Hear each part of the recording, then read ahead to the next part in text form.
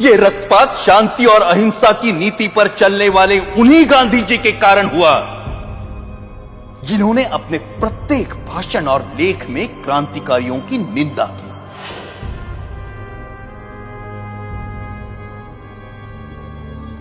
जब गांधी जी के प्रचंड विरोध के बावजूद भी मार्च 1931 के वार्षिक अधिवेशन में कांग्रेस ने भगत सिंह के साहस की प्रशंसा में प्रस्ताव पारित किया, तब गांधी जी अपनी इस पराजय को नहीं भूले और कुछ महीने भीतर जब मुंबई के गवर्नर पर गोली चली तो गांधी जी ने उसका कारण भगत सिंह की प्रशंसा में पारित इस प्रस्ताव को ही बताया।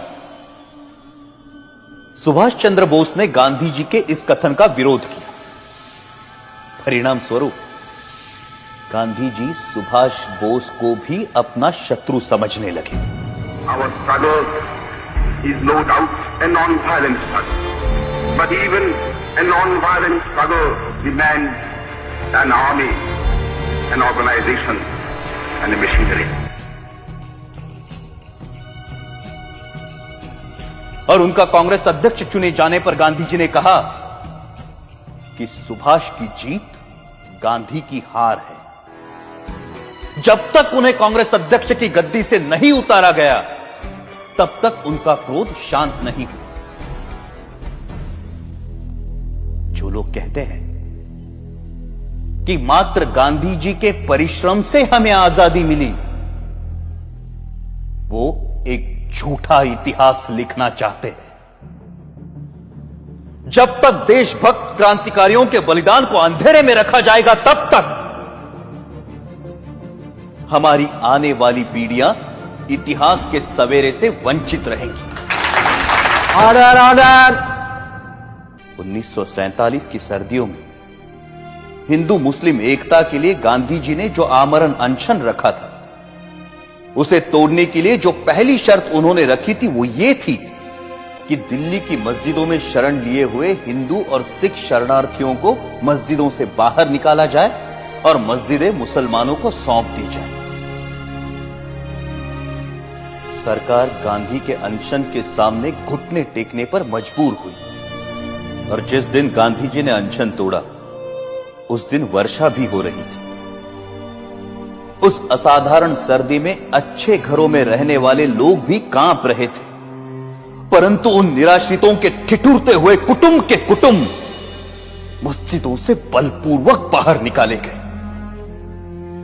जिस दिन यह घटना घटी संयोगवश मैं दिल्ली में ही था और मैंने अपनी आंखों से गांधी जी की जिद को पूरा होते हुए देखा।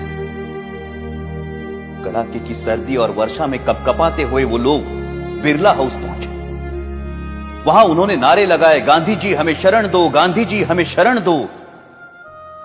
परंतु उस भव्य भवन में रह रहे गांधी जी तक उन निराश्रितों की पुकार नहीं पहुंची।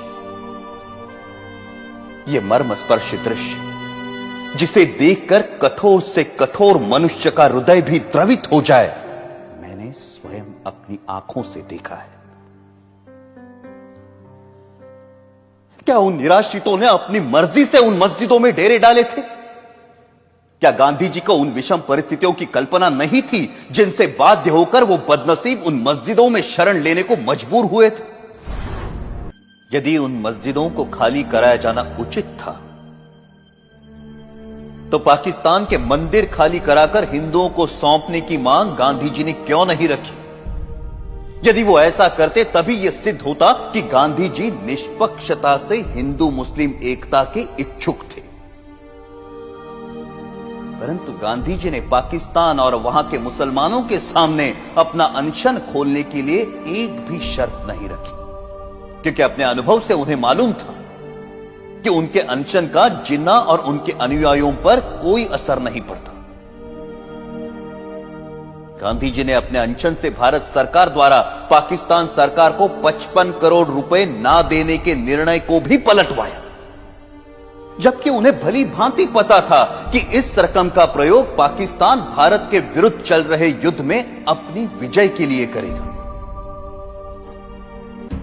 वो अनेकों बार जिन्ना से मिलने गए और सदा उन्हें जिन्ना भाई अथवा कायदे आजम कहकर संबोधित किया, लेकिन एक भी ऐसा अवसर नहीं आया जब जिन्ना ने उनसे सहयोग की इच्छा प्रकट की हो।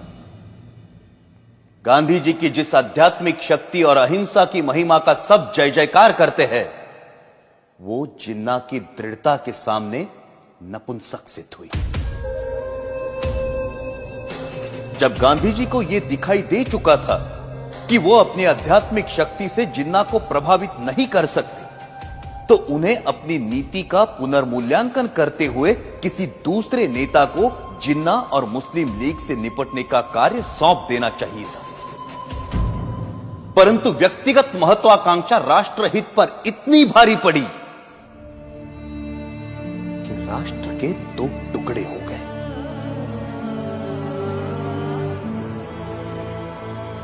हमारे त्यागी और दूरदर्शी नेताओं ने संपूर्ण भारत की स्वाधीनता के लिए स्वतंत्रता संग्राम में भाग लिया था, परंतु देश के विभाजन से वो संयुक्त राष्ट्रीय प्रयास विफल हो गया।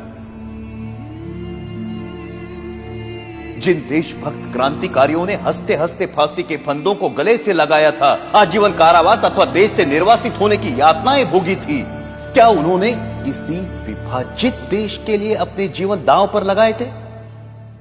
14 अगस्त 1947 को छलपूर्वक भारत के विभाजन को स्वीकार कर लिया गया और पंजाब, बंगाल और सीमा प्रांत के हिंदुओं के भविष्य की किसी ने कोई चिंता नहीं की।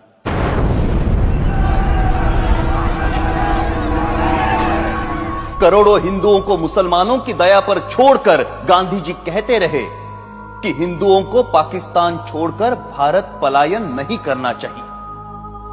प्रतिदिन हजारों हिंदू पुरुषों का संहार और हजारों हिंदू स्त्रियों की अवमानना होती रही, परंतु उनकी सुरक्षा के लिए भारत सरकार द्वारा पाकिस्तान सरकार पर किसी प्रकार का कोई दबाव नहीं डाला गया।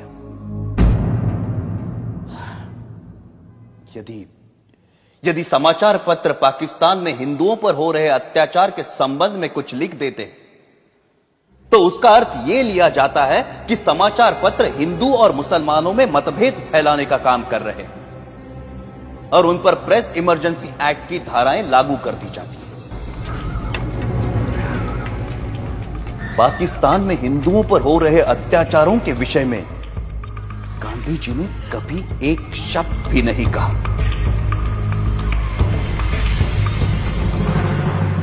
यह कहना अनुचित नहीं कि पाकिस्तान में हिंदू जाति और हिंदू संस्कृति को मिटाने के लिए जो अत्याचार हो रहे हैं, उसका मूल कारण गांधी ही है।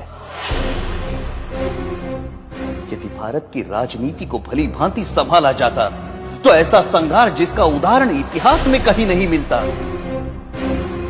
कभी भी घटित ना हुआ होता।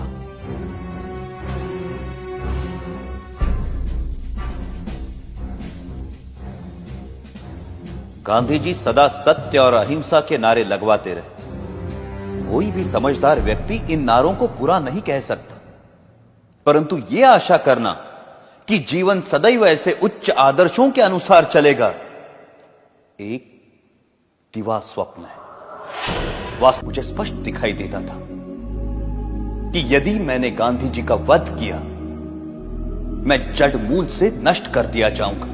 लोग मुझसे घृणा करेंगे और जो सम्मान मुझे प्राणों से भी प्रिय है, वो नष्ट हो जाएगा।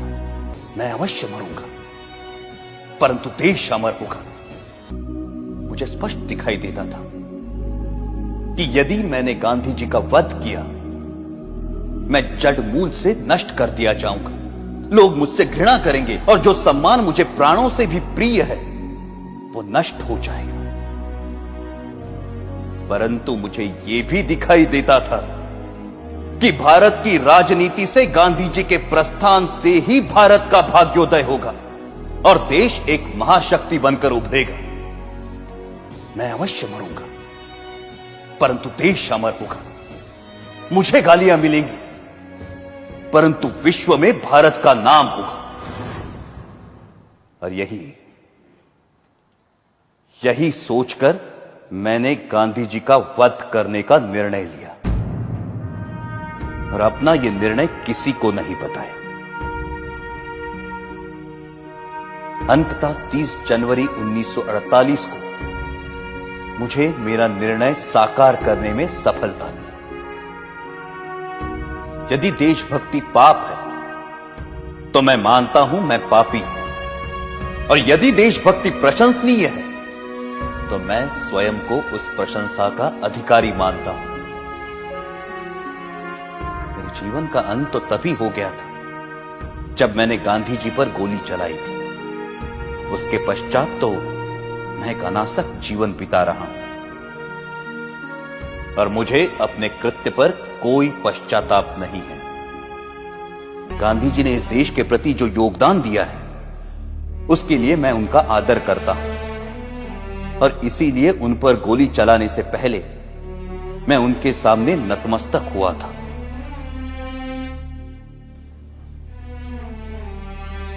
मेरी ना किसी से कोई दुश्मनी है और ना किसी के प्रति कोई दुर्भावना।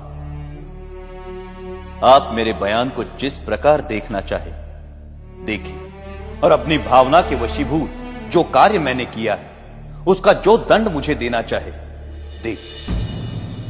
मैं किसी प्रकार की कोई दया नहीं चाहता। मैं ये भी नहीं चाहता कि मेरी ओर से कोई दया की याचना करे। इस अभियोग में मेरे साथ कई लोगों को षड्यंत्रकारियों के रूप में शामिल किया गया है। इस बारे में मैं पहले भी कह चुका हूं कि इस कार्य में मेरा कोई साथी नहीं है और केवल मैं ही इसका उत्तरदायी हूं। अंत में मैं ये कहना चाहता हूं कि जो वक्तव्य मैंने दिया है वो सत्य और शुद्ध है। इसमें प्रस्तुत प्रत्येक बात संदर्भ ग्रंथों को देखकर तैयार की गई है। मैंने ये लंबा वक्तव्य इसलिए नहीं दिया कि लोग मेरे कार्य को सराहें, बल्कि इसलिए दिया है कि लोग मेरे विचारों को भली भांति जान जाए और किसी के मस्तिष्क में कोई भ्रांत धारणा न रहे। भगवान करे हमारा देश फिर अखंड हो और भारतीय उन विचारों का त्याग करे जो अत्याचारी के आगे झुकने की प्रेरणा देते हैं। यह सत्य है कि मैंने सैकड़ों लोगों के बीच दिन के समय गांधी जी पर गोलियां चलाई, परंतु मैंने भागने का प्रयत्न नहीं किया और ना ही स्वयं पर गोली चलाई। मैंने कानून के सामने आत्मसमर्पण किया क्योंकि मैं अपने विचारों को खुली अदालत में प्रकट करना चाहता था। आलोचनाओं के बावजूद मैंने जो कृत्य किया है उसके नैतिक पक्ष पर मेरी आत्मा कभी भी विचलित नहीं हुई, और मुझे किंचित भी संदेह नहीं कि सच्चाई और ईमानदारी से इतिहास के इस अध्याय को जब इतिहासकार लिखेंगे तो वो मेरे कार्यों और उसके परिणाम का सही मूल्यांकन करेंगे। मेरा वक्तव्य अब समाप्त हो चुका है। आपने इसे ध्यान से सुना और सुविधाएं दी, उसके लिए मैं आपका कृतज्ञ हूं। जिन्होंने मुझे इस अभियोग में कानूनी सहायता दी और इस अभियोग से संबंधित पुलिस अफसरों का भी मैं कृतज्ञ हूं। जेल के अफसरों को भी सद्व्यवहार के लिए धन्यवाद। अखंड भारत अमर रहे।